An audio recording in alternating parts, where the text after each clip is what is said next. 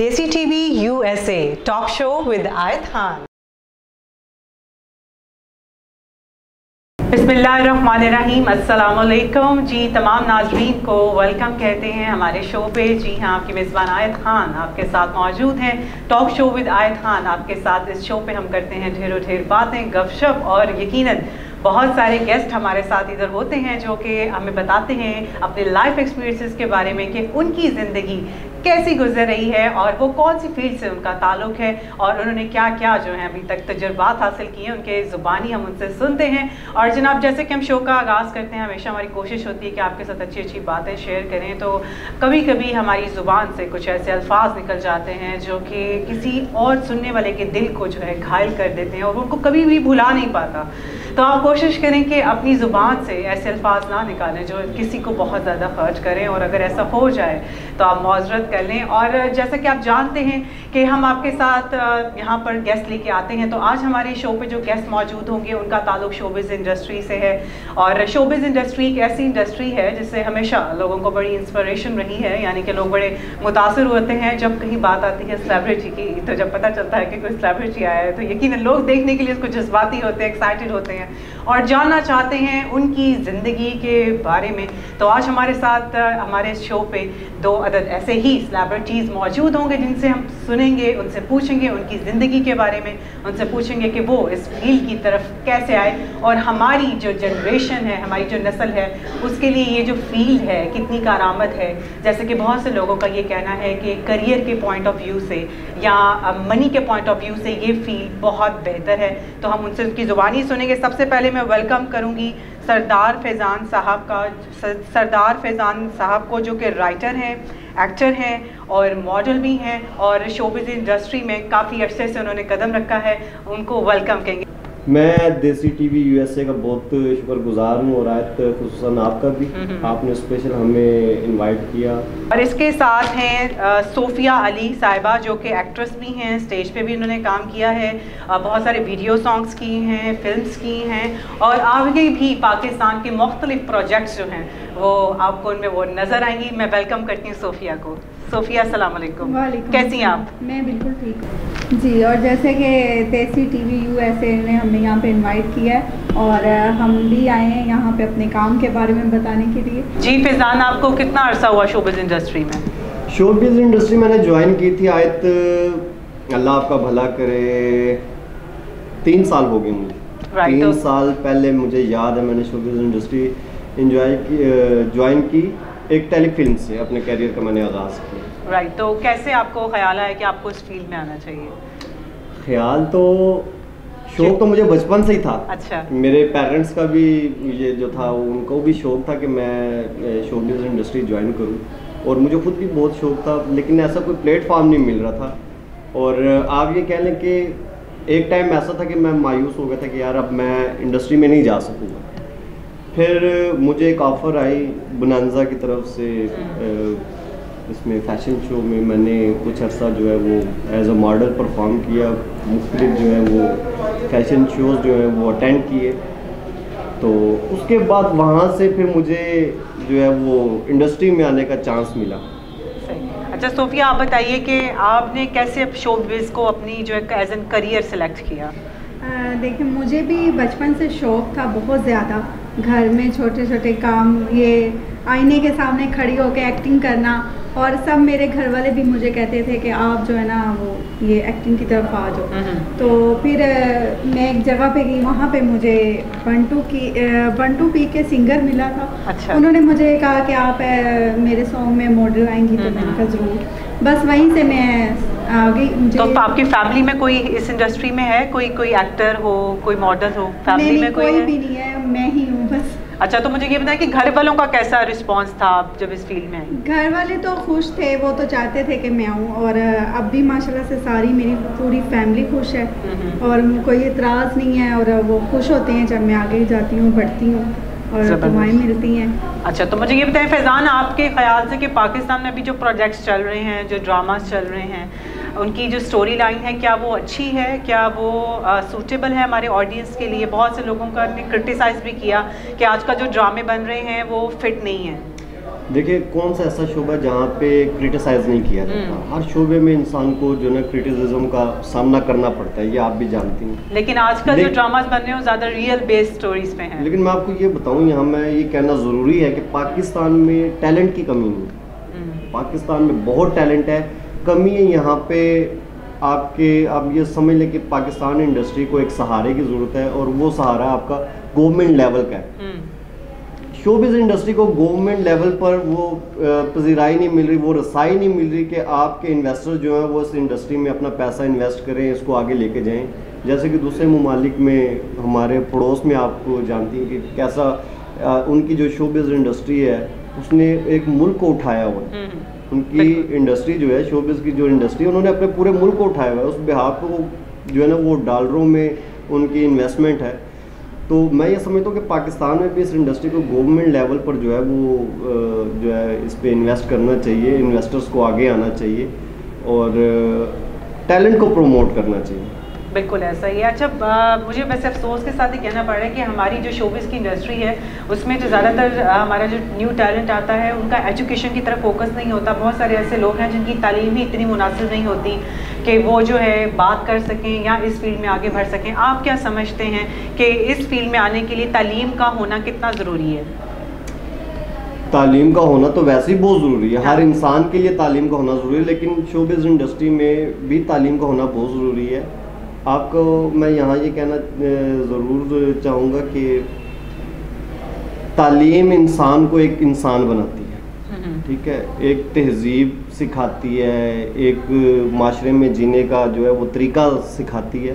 तो तालीम तो हर इंसान के लिए वैसे ही ज़रूरी है, लेकिन शोबिज़ इंडस्ट्री में तालीम के साथ इंसान अच्छा परफॉर्म कर सकता है, अपने प्रोफेशन में अच्छा परफॉर्म कर सकता है, उस प्रोफेशन में रह के अच्छा परफॉर्म कर सकता है। बिल्कुल। सोफिया, आप इस फील्ड में आई और इस फील्ड के बारे में कहा जाता है कि स्पेशली ख़वातीन के लिए बहुत सारी मुश्किलात का सामना करना पड़ता है। कि बात किस हद तक सच है? ये बात तो बहुत हद तक सच है। हाँ। और वाकई मुझे इस फील्ड तक आने में और काम करने में काफ़ी मुश्किलात आई हैं, आ भी रही हैं, लेकिन नो टेंशन, अपने आप पे खुद पे भरोसा होना चाहिए। No tension. तो मुझे ये बताएं कि अभी तक आपका कौन सा वर्स्ट एक्सपीरियंस यानी सबसे बुरा एक्सपीरियंस रहा काम में? काम में कोई ऐसा वाकया हुआ हो जो आपको बस दिल को लगा हो, आपने कहा कि नहीं ये चीज़ नहीं होनी चाहिए थी? मैंने एक पश्तो सॉन्ग किया था। अच्छा। उसमें एक थोड़ा सा सीन था जो मुझे नागवार गुजरा था, और मैंने उनको बोला भी था, पहले मुझे बताया भी नहीं गया था। हाँ। लेकिन वो सीन करते भी मैंने बोला, और बाद में भी मैंने इस बात पे थोड़ा एतराज़ किया था कि ये नहीं होना चाहिए था, क्योंकि हम पाकिस्तान कल्चर है हमारा, ठीक है, बिल्कुल, और हम सबकी लिमिटेशंस हैं जी। तो वो मुझे थोड़ा सा एतराज़ हुआ था। वैसे अदरवाइज ऐसे कोई काम नहीं है, बहुत अच्छा काम किया है, सॉन्ग भी किए हैं, उनमें भी ड्रामा जो हमारे स्टेज हुआ है उन पे भी बहुत एंजॉय किया है, अच्छा काम किया है। अच्छा, आपके सवाल पे मैं भी ये बताना चाहूँ कि जैसे सोफिया ने जिक्र किया ना पाकिस्तानी कल्चर के बारे में, तो मेरा भी ऐसा एक बैड एक्सपीरियंस गुजरा है। ऑन दिस सेट कुछ लोग जो होते हैं वो अपने शोबे के साथ जो है ना सिंसेयर नहीं होते। मैं कहता हूँ आप अपने प्रोफेशन के साथ सिंसेयर रहें। जब आप अपने प्रोफेशन के साथ सिंसेयर है तो आपको आगे बढ़ने का मौका मिलता है। बिल्कुल। लेकिन उसमें भी जो एज इन टीम वर्क जब आप काम कर रहे हैं तो टीम में हर बंदे का सिंसियर होना ज़रूरी है, क्योंकि उसमें से अगर एक दो बंदा सिंसियर है और बाकी टीम जो लीडर है हमारा वो हमारे साथ नहीं सिंसियरिटी से चल रहा, तो वो भी डेफिनेटली इफेक्ट करता है। तो जब एज एन टीम वर्क काम कर रहे होते हैं, शूटिंग में भी बहुत सारे मसले मसाइल आते हैं, तो कैसे हैंडल करते हैं? क्योंकि अक्सर बाज़ औक़ात शूटिंग में देर भी हो जाती है, पैनिक भी हो जाते हैं, गुस्सा भी आ जाता है, कैसे मैं तो आपको ये बताऊँ कि मैंने तो कई मरतबा जब ऐसे की वाक़यात, मैं तो सेट से ही चला जाता हूँ, मैं सेट छोड़ देता हूँ, मैं सेट छोड़ देता हूँ। जहाँ मैं देखता हूँ ना कि यार ये चीज़ अच्छी नहीं है, मैं वो सेट छोड़ के ही चला जाता हूँ। मैंने कई प्रोजेक्ट्स ऐसे छोड़ दिए। अच्छा, तो फिर आपको कोई मनाने आता है या वो कहते हैं जा रहे हैं तो जाने दो? कई मरतबे ऐसे हुए मनाने भी आते हैं, और एक हमारे बहुत प्यारे डायरेक्टर है सरदार तनवीर साहब, वो तो यकीन जाने कि एक मरतबा मैं बहुत नाराज़ हो गया। हमारा एक शूट चल रहा था टेलीफिल्म का, तो अच्छा। वो सारी रात मेरे घर बैठे रहे मेरे पास। वो प्रोजेक्ट फिर 2 महीने के लिए रुक गया, उसके बाद फिर हमने उसको स्टार्ट किया, उसको कंप्लीट किया। बहुत अच्छे इंसान है माशाल्लाह। हाँ, लेकिन अगर आपको अभी कभी गुस्सा आ जाए तो आप ठंडा पानी पिए, थोड़ी देर अपने आप को 15-20 मिनट रिलैक्स करें और उसके बाद जो है आप देखेंगे कि काफ़ी बेहतरी आ रही है आपके मूड में। सोफिया, अगर आपसे कोई रूठ जाए तो आप उसे कैसे मनाती हैं? वाह जी वाह, जबरदस्त सवाल है, यकीन जाने। अच्छा, मेरा ख्याल है अक्सर सेट पे रूठी रहती है या लोग नाराज हो जाते हैं। हाँ। सेट पे तो मैं नहीं रूठती। सोफिया, मैं उम्मीद करता हूँ तुम इसका जवाब जो है ना वो अच्छे से दो। मैं अच्छे से दे रही हूँ आपसे। ये है कि मैं तो सेट पे रूठती नहीं हूँ, क्योंकि सेट पे तो डायरेक्टर और एक्टर होते हैं, उनके साथ क्या रूठना। हाँ, अपनों से मैं रूठती हूँ जब तो थोड़ा दुख होता है और रोती हूँ उस टाइम ना, रोती हूँ और फिर अगले को भी एहसास हो जाता है, बस इसी तरह। तो वैसे अगर आपसे कोई रूठ जाए तो आप मनाती कैसे हैं? क्या आप समझती हैं कि मनाने का सबसे अच्छा तरीका कौन सा है? रो दे। आप रो दे। हमारी तो यहाँ पे सबसे पहला काम ही हमारी ये करती है, जरा सी कोई बात हुई तो रोना शुरू हो गया। फिजान को ज्यादा पता है, मैंने नहीं रो के नहीं, फैजान को ज्यादा पता है कि हवातीन जो है वो किस तरह से रूठती हैं, मांगती हैं। नहीं, दरअसल इसकी ये वजह है कि फिजान और मेरा काफी टाइम गुजरा है जब हमारा ड्रामा हुआ था, और आप दोनों काफी अरसे से एक साथ काम कर रहे हैं। जी, तो इस वजह से हम सेट पे भी होते हैं, एक दूसरे के बारे में अच्छे से एक दूसरे को पता है कि ये क्या करता है, ये क्या करती है, इस वजह से तो इससे ज़्यादा पता है कि मैं कोई रूट। अच्छा, सोफिया अली की मैं यहाँ पे इसके बारे में जिक्र कर दूँ कि सोफिया अली में मैंने एक चीज़ देखी है कि ये अपने काम के साथ बहुत सिंसियर है। आप इसका आइंदा जो इसके प्रोजेक्ट आ रहे हैं आप वो देखें, आपको फील होगा कि ये दिल से काम करती है। आप चाहे वो इसकी एक्टिंग है, चाहे वो उसके सॉन्ग्स के शूट हैं, जिस शो पे में इसने कदम रखे ना उसको सिंसियर होकर निभाया। राइट, तो आप क्या समझते हैं कि फैजान जो है वो कैसा एक्टर है? फैजान भी बहुत अच्छा है। ये जब मैंने इतने ज़्यादा मॉडल्स के साथ काम किया है, मैं कंफ्यूज नहीं हुई, लेकिन इनके साथ जब मैं फर्स्ट स्टेज था मेरा तो मैं कंफ्यूज हो गई थी और मैं ये बात सोच रही थी, मैंने कहा ये कौन सा मॉडल है जिसके साथ मैं कंफ्यूज हूँ। हाँ, लेकिन जब भी आप फीमेल्स के साथ भी काम कर रहे हो तो उनके साथ पूरी कोऑपरेशन करें, और क्योंकि जब खवातीन अपने घर से बाहर निकलती हैं तो ये उनके लिए एक बड़ा मुश्किल स्टेप होता है। यकीनन वो अपनी ज़िंदगी में कहीं ना कहीं स्ट्रगल कर रही हैं, मेहनत कर रही हैं, तो उनके साथ जितना ज़्यादा कोऑपरेट कर सकते हैं, बजाय कि आप उन्हें डराएं, आप जितना ज़्यादा कोऑपरेट कर सकते हैं उनके साथ ताउन करें। और बड़ी खुशी भी होती है कि देखें खवातीन की रिस्पेक्ट है पाकिस्तान में। अच्छा, मुझे ये बताएं कि जो नया टैलेंट है आप क्या समझती हैं कि नए टैलेंट को कैसे प्रमोट किया जा रहा है? क्योंकि बहुत सारे तो हमारे यंगस्टर्स ये भी कहते हैं कि हम इस फील्ड में आना चाहते हैं, लेकिन कोई प्रॉपर प्लेटफॉर्म नहीं मिलता, कोई प्रॉपर रास्ता नहीं मिलता, समझ नहीं आती कि इधर तक पहुँचे कैसे। बिल्कुल सही कह रही हैं आप, ये बिल्कुल सुनने में ऐसे ही आता है, बहुत सी मुश्किलात आती हैं सामने, तो वो वहाँ से हमने गुजर के आगे आना। और मैं चाहती हूँ कि नया जो चेहरा है उसको आगे आने देना चाहिए, ना कि हम पुराने ही चेहरों को बार बार ड्रामे में, बिल्कुल उस जगह ड्रामा में भी वही रिपीट नहीं, हाँ पुराने एक्ट्रेस को भी लें लेकिन नए को भी मौका दें कि वो आगे आए। बिल्कुल ठीक है, इससे हमारे ही मुल्क का फ़ायदा है कि हमें न्यू टैलेंट मिलेगा और मज़ीद अच्छा काम होगा। अच्छा, यहाँ पे मैं एक और चीज़ बता दूँ कि देसी टीवी USA के प्लेटफॉर्म से मैं ये चीज़ बता दूँ, न्यू टैलेंट की जहाँ बात हो रही है तो सोफिया अली बहुत जल्द जो है वो अपना प्रोडक्शन जो है वो स्टार्ट करने लगी हैं, और उस प्रोडक्शन के लिए ये जो है वो ऑडिशंस रखेंगी। अच्छा। और देसी टीवी USA के तवस्सुस से मैं ये जो है ना हमारी ऑडियंस है जो हमें देख रहे हैं, मैं उन्हें बताना चाहूँगा कि आइंदा इंशाल्लाह जल्द जो है तारीख का जो है वो ऐलान किया जाएगा और आप वेन्यू में आके अपने ऑडिशंस दें, और जो टैलेंटेड होगा उसको आगे चांस भी दिया जाएगा। ज़बरदस्ती, ये तो बहुत अच्छी बात है। और हम चाहते हैं स्पेशली इस्लामाबाद और रावलपिंडी में जो है बहुत ही अभी कम ऐसे प्लेटफॉर्म्स हैं जिसमें हमारा टैलेंट आके अपना जो है आगे अपने आप को मुतारिफ़ करवा सके, मनवा सके। तो हम तो चाहते हैं कि यहाँ पर भी ऐसे प्रोडक्शन हाउस खुले जहाँ पर हमारा नया टैलेंट आ सके। बहुत से लोगों का ये ख्याल है, हमारी जो नस्ल है टिकटॉक बना रही है और उस पर स्नैक वीडियो पे वीडियोज़ बना रही है, बहुत से लोगों का ख्याल है कि यहाँ से हम स्टार बन सकते हैं। ये बात किस हद तक सच है? क्या टिकटॉक बनाने वाले लोग स्टार बन सकते हैं?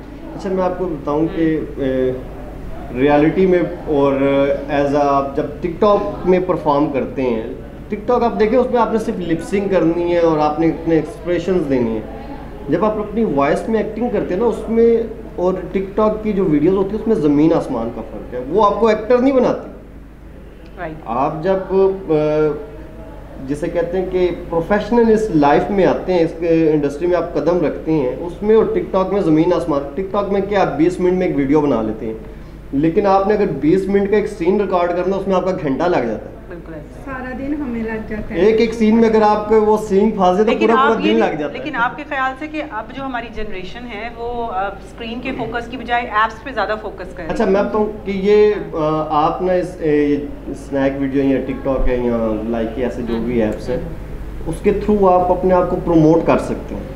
राइट, आपकी प्रमोशन का बहुत सस्ता जरिया है वो, आप उसको प्रमोट कर सकते। लेकिन आप ये कह लें ठीक है आपने अपने नाम के साथ स्टार लगा दिए, लेकिन आप स्टार नहीं बन सकते उस तरह से आप स्टार नहीं है। आप एक एप्लीकेशन का स्टार बन गए हैं, ठीक है, आप पब्लिक फिगर बन गए हैं। लेकिन आप उससे कहें कि आपने अगर टिकटॉक पे एक्टिंग किया और आप रियलिटी में आगे किसी ड्रामा या फिल्म में करें, तो वो आपके लिए बहुत मुश्किल काम है। आपको बाकायदा इस फील्ड में आना पड़ेगा, सीखना पड़ेगा।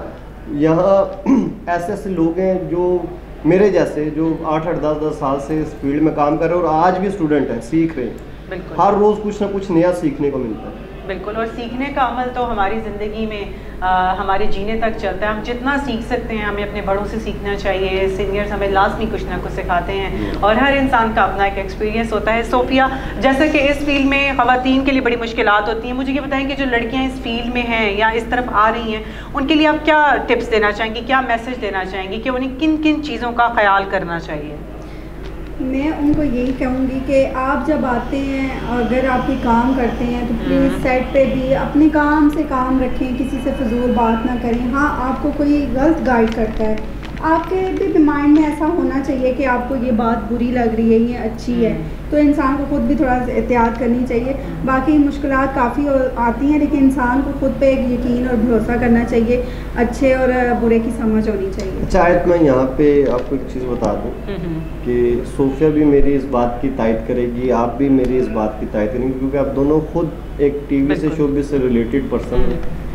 कि जहाँ तक बात है ना ख़वातीन की, हर इंसान बुरा नहीं होता, ठीक है। आप भी इस फील्ड से रिलेटेड हैं, आप भी जॉब करते हैं, काम करते हैं, सोफिया भी काम कर रही है। हर इंसान बुरा नहीं होता, हर फील्ड बुरी नहीं होती है। अगर इंसान खुद अच्छा है तो फील्ड बुरी नहीं है। आप अपने आप को अपने जो है वो अपनी लिमिटेशंस रखें, ठीक है। और मैं ये कहूँगा कि ख़वातीन अब देखें हर शोबे में आगे हैं, मर्दों के बराबर हैं, हर शोबे में मर्दों के बराबर हैं।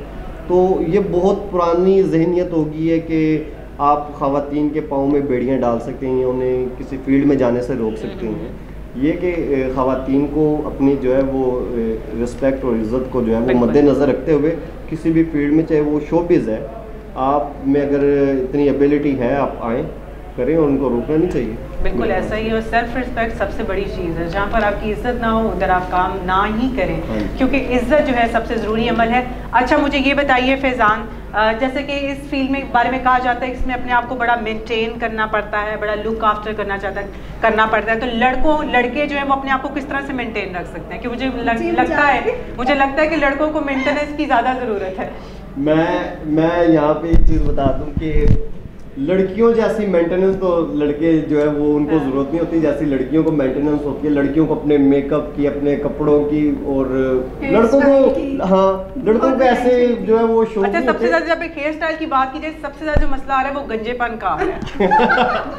लड़कों को बहुत ज़्यादा शौक होगा, गंजेपन। जो हजरात जिनको ये गंजेपन का प्रॉब्लम है उनके लिए कोई अच्छी सी टिप बता दें, क्योंकि शो का टाइम जो है वो खत्म हो रहा है, तो मैं चाहूँगी जल्दी से। अच्छा आयत, मैं आपको यहाँ बताता चलूँ कि ये मसला जो गंजेपन का है ना, फॉलिंग हेयर का जो मसला है, ये सिर्फ लड़कों का नहीं है। क्यों सोफिया? ये लड़कियों के साथ भी जो ये बहुत जो है वो मसला है फॉलिंग हेयर का। और यहाँ पे मैं देसी टीवी USA पे बैठ के और अप्रिशिएट करूँगा खुसूसन आयत को कि इसकी वजह से आप लोगों का मसला भी जो वो हल हो जाएगा। ऐसा बेहतरीन मैं आपको जो है वो अपने नाज़रीन को नुस्खा बताने लगा हूँ, और आप ये ज़रूर ट्राई कीजिएगा। ये बहुत जो है वो मेरा पर्सनली आजमूदा है। एक आपने चीज़ लेनी है आलमंड ऑयल, जिसे कहते हैं रोगने बादाम, और एक कैस्टर ऑयल। ये 2 चीज़ें, ज़्यादा चीज़ें नहीं हैं। ये 2 चीज़ें लेके आपने इसका मिक्सचर बना लेना है, और रात को सोने से तकरीबन 1 घंटा पहले आपने इसका मसाज करना है, और सुबह उठकर जो है वो अच्छे से शैम्पू के साथ आप सर वॉश कर लें। इंशाल्लाह विद इन 15 डेज आपका वो मसला हल हो जाएगा। जबरदस्त। और आयत को दुआ दीजिएगा। जी सोफिया, आपका अभी तक का सबसे बेस्ट एक्सपीरियंस कौन सा रहा है कि कौन सा ड्रामा ऐसा सबसे आपका यादगार ड्रामा रहा अभी तक? सबसे अच्छा ड्रामा मैंने स्टेज ड्रामा किया था। हाँ। आखिर कब तक, उसमें शूटिंग में भी मुझे काफ़ी, रिहर्सल में भी काफ़ी मैंने एंजॉय किया था और मैंने सब एक्टर्स को अपने हाथों से। वो मेरा और सोफिया अली का पहला प्रोजेक्ट था एक साथ। दोनों का पहला था। अच्छा, तो वो आपका सबसे बेस्ट ड्रामा रहा? वो बेस्ट ड्रामा था। उसमें जो मेरी एक्टिंग थी, उसमें मेरी चीखें थी बहुत ज़्यादा, जो बहुत ज़्यादा फेमस हुई थी। और उसके बाद इंटरव्यू लेने वाले मुझे ये कह रहे थे, मैम एक दफ़ा बस प्लीज़ एक चीख मार दें। अच्छा, आफ्टर ड्रामा बाहर जो है, हम हॉल से बाहर निकले और मैंने पब्लिक को जब देखा, पब्लिक की एक ही डिमांड थी, वो सोफिया अली के साथ सेल्फियाँ बना रहे और कह रहे थे कि मैडम एक चीख तो लगा दे। और उसमें एक हमारा सॉन्ग था, वो माशाल्लाह से मैडम नूर जहान पे पिक्चराइज हुआ था। अच्छा। और वो सॉन्ग इतनी ज़्यादा वहाँ पे क्राउड था और क्लैपिंग हुई, और उस सॉन्ग मुझे भी बहुत पसंद था। तो उस ड्रामे में जो आपने चीखें मारी, उसमें से कोई एक आप हमें सुनाना चाहें? सोफिया अली लो भाई, हम भी सुनना चाहेंगे उसमें ऐसा क्या था। अगर मैंने यहाँ पे चीख मारी ना, तो जैसे कि ये देसी यूएससी चैनल है ना, ये सारे यहाँ से भाग जाएंगे। अच्छा, मैं तो नहीं चाहूंगा कि सोफिया तुम चीख लगाओ। अच्छा। अगर आए तो क्योंकि जिंदगी में जो कुछ ऐसे हम करैक्टर्स करते हैं जो कि हमेशा हमें याद रह जाते हैं और ऑडियंस जो है वो बहुत ज्यादा उन करैक्टर्स को पसंद करती है। अच्छा, आपके ख्याल से फिजान के ऊपर सबसे ज्यादा कौन सा करैक्टर सूट करे? सबसे, क्योंकि आपने इनके साथ बहुत सारा काम भी किया, आप इनकी पर्सनालिटी से वाकिफ होंगी, तो आप क्या समझती हैं इनके ऊपर कौन सा करैक्टर सबसे ज्यादा जाएगा? पहली बात तो ये है कि ये जो भी करैक्टर करे ना, माशाल्लाह उसे बहुत अच्छे तरीके से करती है। Thank you so much. ठीक है ना। और मुझे नहीं लगता कि इन पे कोई ऐसा ये कोई है सीन जो ये नहीं कर सकते, या इनको कोई करैक्टर दें वो नहीं कर सकते। हाँ, लेकिन जो बेस्ट करैक्टर कौन सा कर सकते हैं? बेस्ट इनका यही है जो बस ये मेरे साथ इनका सॉन्ग हुआ था ना, वो इन्होंने बहुत अच्छा डांस किया था। अच्छा। मैं चाहती हूँ, और उसमें पुलिस इंस्पेक्टर का किया था। और मुझे पता है जब रिहर्सल थी ना, लोग कह रहे थे, इधर उधर बातें कर रहे थे, मैं सुन रही थी, तब इनके साथ मेरी इतनी बातचीत भी नहीं, नहीं यार इससे नहीं होगा, ये नहीं होगा। मुझे पता था, मैं देख रही थी, क्योंकि मैं भी एक काम को समझती हूँ। तो जब इन्होंने स्टेज पे परफॉर्म किया तो मुझे सबसे ज़्यादा अच्छी इनकी परफॉर्मेंस लगी थी। फैज़ान, आपके ख्याल से सोफिया पे सबसे ज़्यादा कौन सा करैक्टर फिट जाएगा? सोफिया अली सैड करैक्टर इनके ऊपर बहुत सूट करता है। अच्छा। और पंजाबी में। अच्छा। पंजाबी में, क्योंकि अक्सर मैंने खुद भी अपने जो है ना सैड जो है ना मेरे सीन है, वो उसमें ऐसे मैंने देखे हैं। कॉमेडी भी बहुत अच्छी करती है, लेकिन इमोशनल सीन जो है ना वो बहुत आला करती है। कॉमेडी भी रुला देती है एक दफा सेट पे भी सबको। अच्छा। जी नहीं और बिल्कुल, लेकिन आपने देसी टीवी यूएसए पे हंसते खेलते हुए आना है हमेशा, और हंसते खेलते हुए जाना है।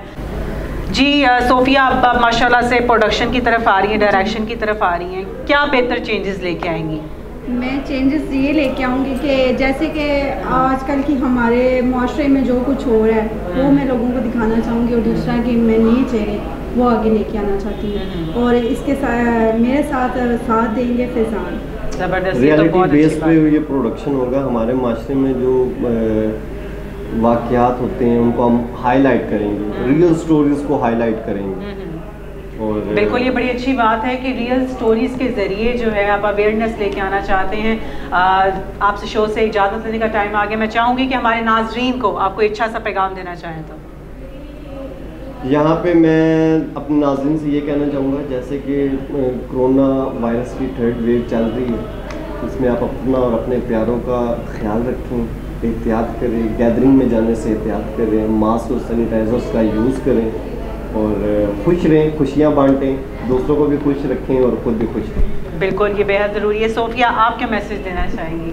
मैं भी यही कहना चाहूँगी कि कोरोना की वजह से काफ़ी लोग और हमारे मुल्क को भी नुकसान हुआ है। प्लीज़ अपने प्यारों का ख्याल रखें, अपने प्यारे हमारे साथ हैं तो हम बिल्कुल कामयाब भी हैं। माँ की दुआएं, भाइयों का प्यार, सब कुछ मिलता है। तो अपने प्यारों का ख्याल रखने के लिए आप भी मास्क लगाएं और ज़्यादा गैदरिंग में मत जाएं, बस यही कहना चाहूँगी। और यहाँ पे मैं देसी टीवी यूएसए के लिए एक छोटा सा मैसेज दूंगा कि आप देसी टीवी यूएसए को सब्सक्राइब करें और ज़्यादा से ज़्यादा लाइक करें, शेयर करें, देखते रहें, क्योंकि ये आपके लिए इतनी मेहनत करते हैं, नए नए गेस्ट लेकर आते हैं, और ये सब चीज़ें आपके लिए हैं। बिल्कुल तो ऐसे ही। आप इसे देखते रहें, इसको सब्सक्राइब करें, लाइक करें और इनकी वीडियोस को आगे से आगे शेयर करें। जी, और मैं भी कहना चाहूँगी कि देसी चैनल यूएसए से हमने आज इंटरव्यू दिया है, और मैं मज़ीद चाहूँगी कि कुछ मैं अपने प्रोजेक्ट भी इनके साथ करूं, और दूसरा ये कि मुझे अच्छा लगा और मुझे एक मौका मिला बोलने का, कुछ दिल की बातें थी जो मैं इस चैनल पे आके आज प्लेटफॉर्म पे मैंने दिल की बातें की हैं,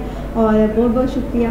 ज़बरदस्त जी, मुझे भी बहुत अच्छा लगा कि आज हमारे साथ एक ऐसी हस्तियां मौजूद हैं जो कि पाकिस्तान के फ्यूचर के बारे में फ़िक्रमंद भी हैं और शोबिज़ इंडस्ट्री को मज़ीद प्रमोट करने में हमारे लिए हेल्पफुल होंगी। और बहुत सारा अपना ख्याल रखिएगा, खुश रहिएगा, आबाद रहिएगा और हंसते मुस्कुराते हुए इस ज़िंदगी को गुजारिएगा। इसी अच्छी सी बात के साथ अपनी मेज़बान आयत खान को दीजिए इजाज़त। इंशाल्लाह 700 ने वफा की तो अगले शो पे आपसे फिर मुलाकात होगी। Till then take care, bye bye and अल्लाह हाफ़िज़। अस्सलाम वालेकुम नाज़रीन, आज हम आए हैं देसी टीवी यूएसए पे, और आज देसी टीवी यूएसए पे मेरा और सोफिया अली का कंबाइंड इंटरव्यू था।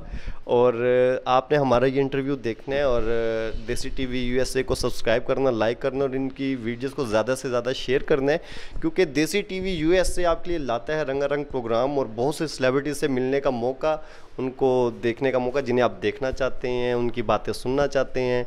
और सोफिया अली, आप क्या कहेंगी देसी टीवी यूएसए के बारे में? जी, मैं भी यही कहना चाहूँगी देसी यूएसए टीवी को कि इनके चैनल को लाइक करें, शेयर करें। इस पे आपको रंगारंग प्रोग्राम और बहुत से अच्छे न्यू टैलेंट को देखने का मौका मिलेगा, और आप इसको चैनल को एंजॉय भी करेंगे, और आपको ये बहुत सारी कुछ ऐसी चीज़ें आपको नहीं, जो आपने नहीं देखी, वो आपको ज़रूर दिखाएंगे। सो व्यूवर्स, कीप वाचिंग देसी टीवी यूएसए।